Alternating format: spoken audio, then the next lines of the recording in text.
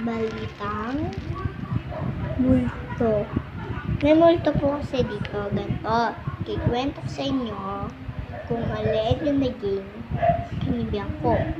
Namiyak po ako, tapos napanaginipan ko po yung aking cellphone. Mahal na mahal ko po ang aking cellphone. Mahal na mahal na araw daw sa multo, mahal na araw. So, sa sementeryo kami punti. Kasi, may sementeryo dyan sa labas namin. Dyan, nagsasaka po yung tatay ko.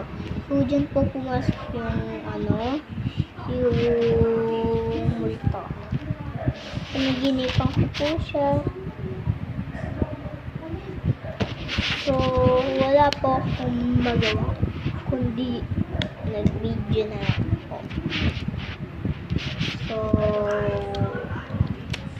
may mga download na po dito sa mag-i-step sa bahay namin. Step 1, step 2.